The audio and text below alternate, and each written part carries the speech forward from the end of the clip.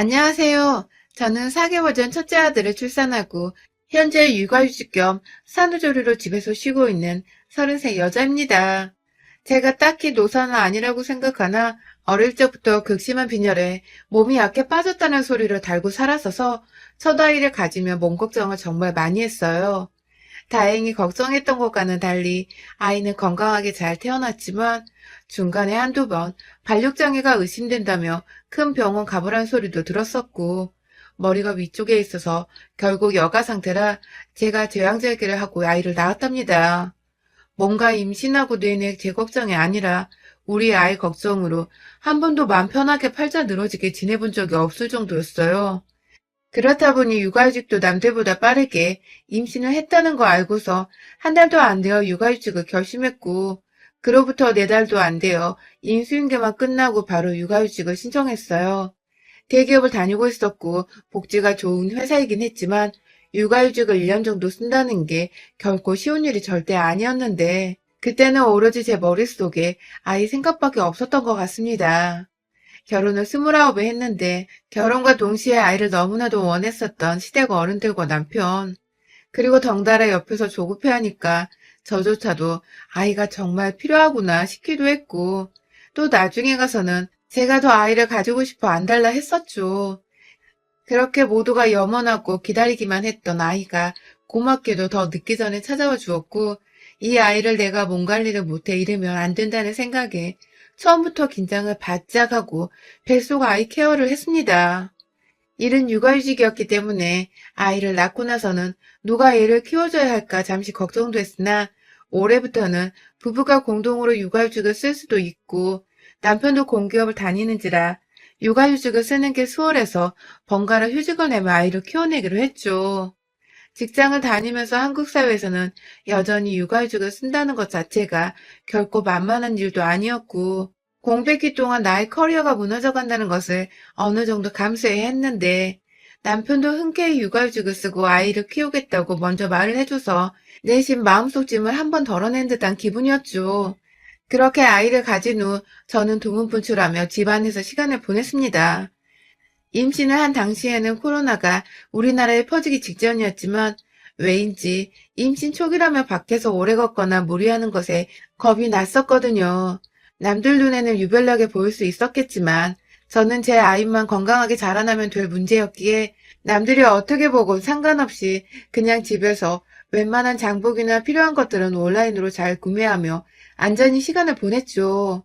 살을 더 찌워야 아기가 지낼 공간이 더 편안할까 싶어서 먹는 것도 잘 챙겨 먹고 아이한테 좋다는 음악을 듣거나 책을 수시로 읽어보며 우리 애가 뱃속에서 좋은 기억들만 안고 세상 밖에 나올 수 있도록 자잘한 것들까지도 신경을 썼습니다.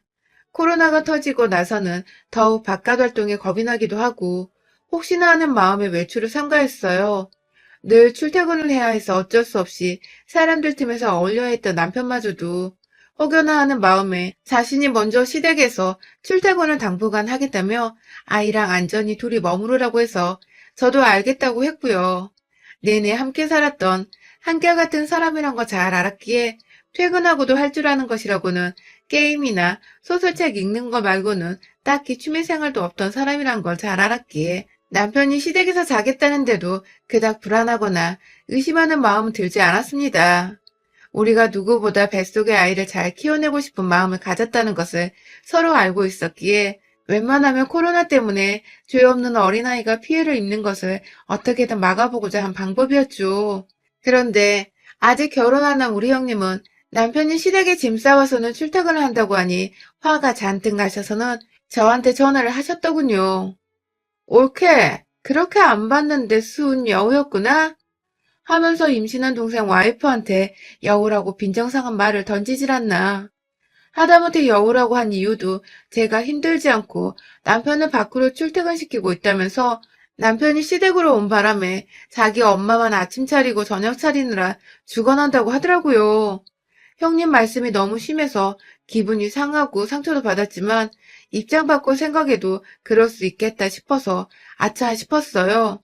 남편은 아침을 웬만하면 먹지 않고 저녁도 저하고 번갈아 가면서 집에 먼저 도착한 사람이 차리곤 해서 집에서 딱히 남편 하나 때문에 살림살이 피곤해질 것이 없었는데 남편도 시어머니 앞에서는 아들인 건지 주시는 밥을 그냥 얻어먹기만 하고 있었나 보더라고요. 시어머니도 분가했던 아들이 오랜만에 집에서 먹고 자고 하니까 신경 써서 더 밥을 차려주고 싶으셨던 것 같고요. 형님한테는 불이 나게 말씀을 드렸습니다. 제 아이 때문에 그리고 코로나 때문에 남편이 먼저 시댁 가서 지내겠다고 말을 꺼냈다고. 그러니 오해하지 마시고 저도 남편한테 어머니 힘들게 하지 말라고 말을 잘 해보겠다고 말이죠. 하지만 제 말은 형님을 더 빈정상하게 하는 꼴이었습니다. 본인 말을 고자질하겠다는 소리냐고. 굳이 아닌 거 뻔히 아시면서 곡해서 해석하시며 임신한 사람한테 소리를 빽빽 질러대시는데 정말 얘 임신한 후로 그 정도의 심한 스트레스를 받아본 적은 처음이었습니다. 사실 형님은 처음 결혼을 할 적부터 저한테 열등감인지 뭔지 늘 안 입고 온 표정으로 쳐다보며 말을 툭툭 던져대곤 했어요.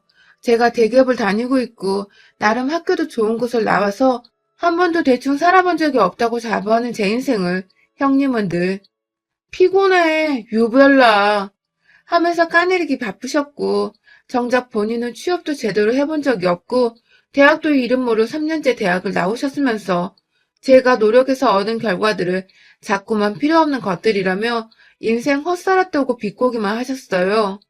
전 단 한 번도 형님을 먼저 무시한 적도 형님의 대학이나 현재 상황을 불쌍하게 보거나 한심하게 쳐다보기는커녕 일부러 자존감 북돋아 드리려고 매번 성격이든 뭐든 칭찬만 해드렸는데도 말이죠. 늘 저를 자신과의 반대의 사람이라고 그래서 정이 안 간다고 대놓고 상처받을 말들을 던져대시던 형님. 그날 전 어찌저찌 저한테 또 화가 난 형님을 잘 풀어드리고 전화를 끊었어요. 비록 형님이 아 됐어 네 맘대로 살아 하며 툭 일방적으로 전화를 끊으며 대화는 중단되긴 했지만 제 딴에는 제가 변명할 수 있는 말을 다 꺼내봤습니다. 그리고 이내 남편한테 전화를 했어요. 아무리 형님이 고자질이네 뭐네 하면서 저한테 말을 하지 말라고는 하셨으나 전 도저히 이런 취급을 형님한테 받을 이유가 없었기에 억울하고 분했거든요. 임신했을 땐 축하한다는 연락도 없었고 얘는 잘 자라고 있냐며 조카 안부 한번 물어본 적이 없는 인간이었는데 이렇게 오랜만에 연락이 와서는 한다는 소리가 남편을 시댁에 보낸 여우라니 참 헛웃음이 나오는 대목이었습니다. 아무튼 남편한테 하소연을 하다 보니 그간 남편도 시댁에서 출퇴근을 하며 보니 백수로 있는 자기 누나꼴이 말이 아니라 생각을 했나 보더라고요. 심지어 남편은 밖에서 돈이라도 벌어오고 시어머니께 생활비로 용돈을 더 얹어드리고 있었는데 시누이는 백수로 지내며 집안에서 24시간 붙어있는 와중에 자기 동생이 집구석에 들어왔다고 처음부터 짜증을 내더니 그걸 굳이 시어머니 힘들다는 핑계를 대면서 저한테 남편 데려가라고 전화를 한 것이었습니다. 그러니까 한마디로 제가 이래라 저래라 할 입장은 아니지만 그 집구석에서 시누이도 시어머니 힘들다는 소리를 할 자격은 못 되었던 것입니다. 그래도 참았어요. 거기는 어쨌든 시누이 집이고 시부모님은 시누이의 부모님이니까 나보다 이러쿵 저러쿵 하면서 시어머니를 대변할 자격이 된다고 생각을 했거든요. 그래서 웬만하면 앞으로 걸려오는 시누이 전화는 받지 않으면서 아이 태교하는 데 더욱 힘쓰고자 했습니다. 남편도 다신 전화 받지 말라며 신신당부를 했고요. 그때부터 저는 시누이를 일절 멀리하며 기피했어요. 남편이 제대로 따지지 않았던 것인지 그로부터 한 3주간은 정말 미친 듯이 전화가 오고 왜 안 받냐고 예의를 밥 말아먹었다는 욕설 담긴 문자도 많이 보냈어요. 혹여나 싶어 핸드폰을 멀리하고 살았는데 미친 듯 몰려온 욕설 문자에 저는 그걸 다 그대로 남편한테 전송을 했고 남편이 그제서야 제대로 시누이한테 절 건들지 말라고 발악 아닌 발악을 했는지 거의 막달이 되어 갈 때까지 다행히도 시누이는 더 이상 연락을 하지 않았어요. 그 사이 태아는 코로나로부터 면역을 가지고 태어난다는 뉴스들이 하나둘 들려오면서 남편은 다시 집으로 돌아왔고 남편 내조와 더불어 출산 준비와 동시에 다가올 회사 복귀 준비로 슬슬 여념없던 그때 출근한 남편 없이 집에 혼자 있는데 누군가 배를 눌렀습니다. 입구에서 비밀번호 한 번을 더 누르고서야 건물 안으로 들어올 수 있는데 친정엄마가 말도 없이 찾아오셨나 싶어서 황급히 문을 여니 거기엔 다른 사람도 아닌 신우이가 서 있었습니다. 정말 소스라치게 놀라버렸죠. 마지막으로 통화를 했던 게 너무 안 좋게 끝났었으니까 살짝 마주하기 민망하고 어색하기도 했거든요. 형님, 어쩐 일이세요?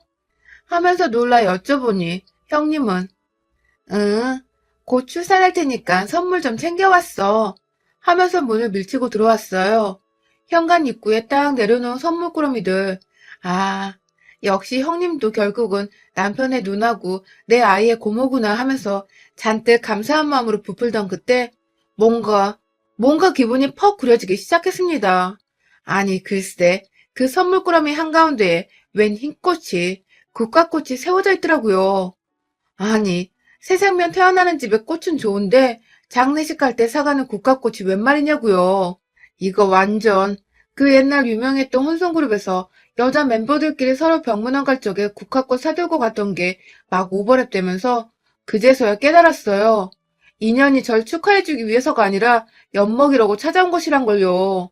그날 저는 태어날 아기에겐 하나도 필요 없는 출산을 하고도 모유 수유를 조심해야 하는 소주랑 맥주, 그리고 여러 가지 안주거리들을 형님으로부터 잘 싸여진 포장지 안에 선물을 받았고 내내 표정 관리가 되지 않은 똥 씹은 표정으로 형님을 마주대했으나 형님은 끝까지 집안에서 배고프다며 라면을 삶아 먹고 자신이 선물한다고 가져온 소주병 하나를 까서는 몇 잔 술까지 기울이고서 취했다며 지발로 나서 집으로 돌아갔습니다. 너무 순식간에 몇 시간 만에 일어난 일인지라 형님이 나간 후에도 내내 멘붕이었습니다. 태어나서 이렇게 누군가로부터 노골적인 모욕을 당해보는 건 살다 살다 정말 처음이었습니다. 제 아무리 내가 미웠어도 이제 막 세상을 보려는 아기를 품고 있는 올케한테 국화꽃을 선물하고 술병들을 절 위한 거라며 가져오다니 도대체 어떻게 살았길래 생각하는 게 이렇게 무식하고 저렴하고 이기적인 건지. 퇴근 후 돌아온 남편은 현관에 가득 놓여진 술병들을 보며 당신 이거 어쩌려고 산 거야? 하며 기절초풍을 했고 저는 제 손으로 불에 태운 국화꽃다발을 남편에게 보여주며 말했어요. 네 누나한테 가서 물어봐. 라고 말이죠. 그날 남편은 퇴근해서 집안에 제대로 발을 들이지도 못한 채 빠귀차선한 시댁으로 달려갔고 시댁 가는데 딱 30분 정도 차로 걸리는데 왕복으로 오고 간 시간까지 합쳐서 2시간 후에 다시 집으로 돌아왔어요. 씩씩거리며 돌아온 남편의 말을 들어보니 자신이 가서 누나 싸대기를 확 갈겨주고 왔다더군요. 왜인지 통쾌한데 한편으론 굉장히 불편했어요. 시댁에서 자식들끼리 몸싸움이 일어났으니 제가 나중에 시부모님 얼굴을 어찌 봐야 하나 싶어서 살짝 골 때리더군요. 그럼에도 내 자식한테 국화꽃 선물한 신우이가 제대로 혼쭐이 났을 거라 생각이 들어 그날 하루 종일 마음이 무겁고 서러웠는데 조금은 내려놓을 수 있었어요. 그렇다고 두 다리 뻗고 편히 자지는 못했고요. 그렇게 몇 번의 형님과의 시비가 붙어버린 후 저는 다행히 순산을 했고 곧이어 약간의 산후조리를 거치고 곧 복귀해야 할 회사를 생각하며 몸 관리도 나름 열심히 했고 동시에 육아 팁을 남편에게 마구 전수하면서 저 없는 동안 남편이 아이를 잘 케어할 수 있도록 하는 데 집중을 하고 있었죠. 그토록 원하던 손주여서 그런지 시부모님과 저희 부모님 할 것 없이 모두들 시도 때도 없이 저희 집에 오셨고 코로나로 늘 조심스러워 마음에 잘 내키진 않았지만 막상 이리도 좋아해주는 나이 드신 부모님께 아이를 안 보여주는 건 너무 가혹한 짓인 것 같아서 최대한 조심스럽게 아이도 보여드리며 잘 지내오고 있었습니다.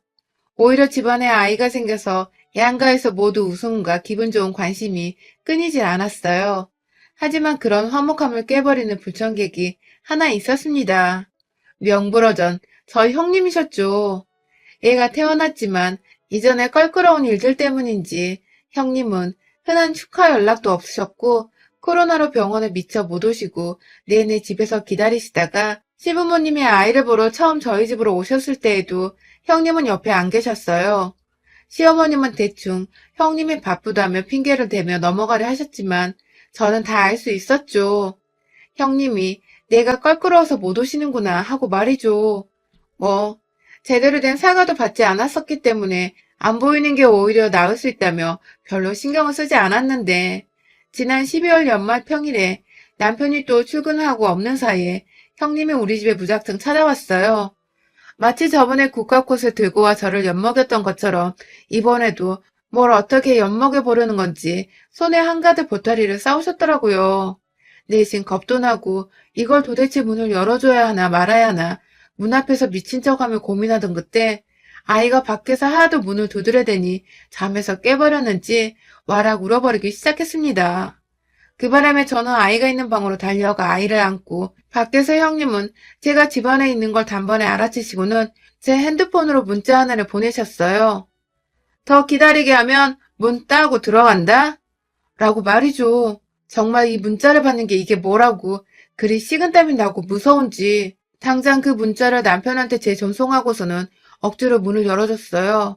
아이는 제품에서 여전히 울고 있고 형님은 인상을 팍 쓴 채 늦게 문을 열어준다며 투덜대고서 집 안으로 들어오는데 기분이 나쁜 건 둘째치고 재수 밥 말아 먹었는데 역 같더라고요.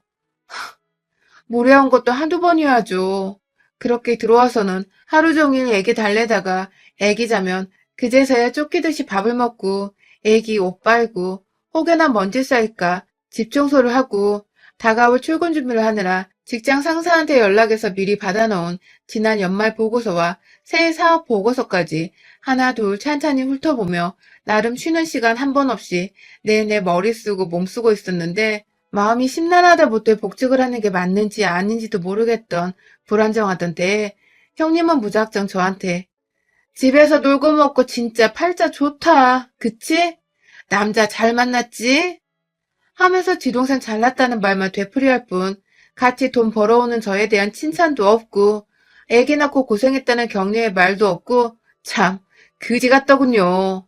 그런데 더 문제는 이번에 형님이 가져온 보따리 안에 또다시 술병이 한가득 놓여 있었던 것입니다. 모유수로 술은 입도 못 대고 있었는데 조그만 애가 술맛을 알겠냐며 그냥 함께 술 마시고 회푸나 풀자고 태연히 소주 한 병을 따던 형님은 급기야 지난날 국화꽃을 언급하면서 너 설마 그때 내가 국화꽃 사왔다고 지금까지 삐져있는 거야? 그거 조카한테 주는 거 아니야. 너한테 준 거였지.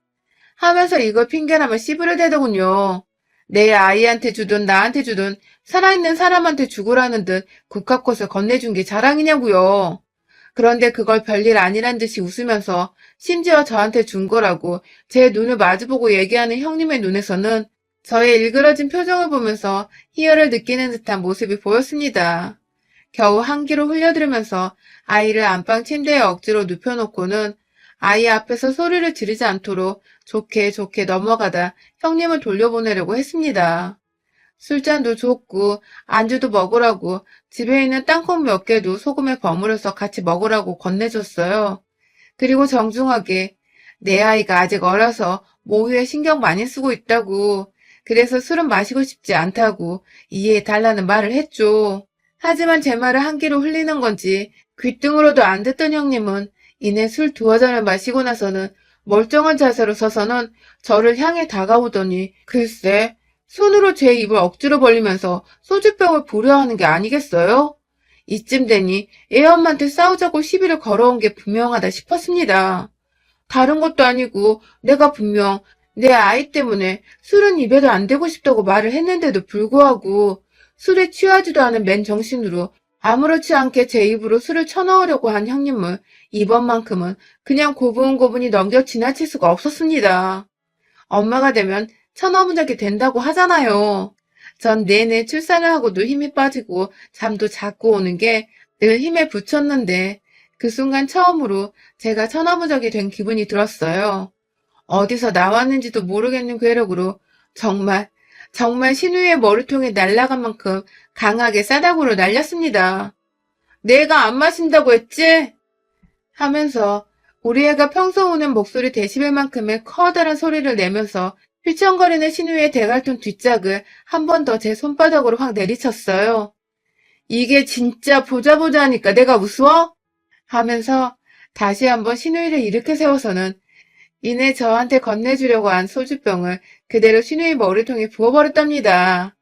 알코올 16도짜리 그 술을 콸콸콸 머리카락 위에 부어버리며 아주 흠뻑 머리를 헹궈버렸어요. 그도 모자라 분이 안 풀려 신우이가 사온 술들을 모두 뚜껑을 열어 머리카락이고 몸이고 여기저기 퍼부어버리며 너나 마시라고 고래고래 고함을 질러댔어요. 그리고는 샤워도 안 시키고 그냥 집 밖으로 내쫓았습니다. 알코올로 눈도 못 뜨던 형님은 제가 끌어내니 질질 따라 끌려오더라고요.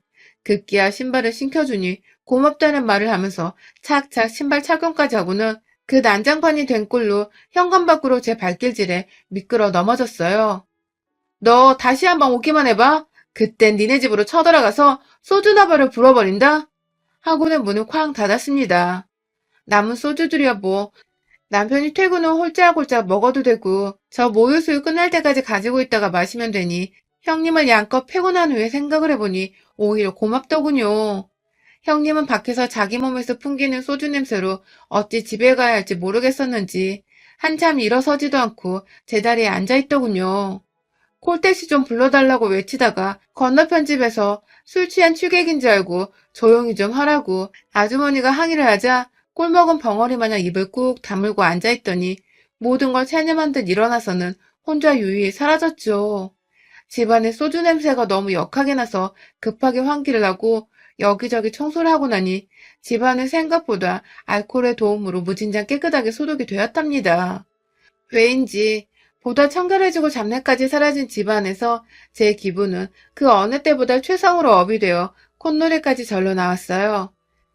국화꽃 가져왔을 때 확 머리카락을 꽃이랑 같이 불태워버리고 싶어 내내 후회하고 그날 그냥 집으로 돌려보낸 거 아쉬워했는데 이렇게 또 뻘짓을 먼저 해준 덕에 제가 제대로 복수를 해본 것 같아서 너무너무 통쾌하더라고요.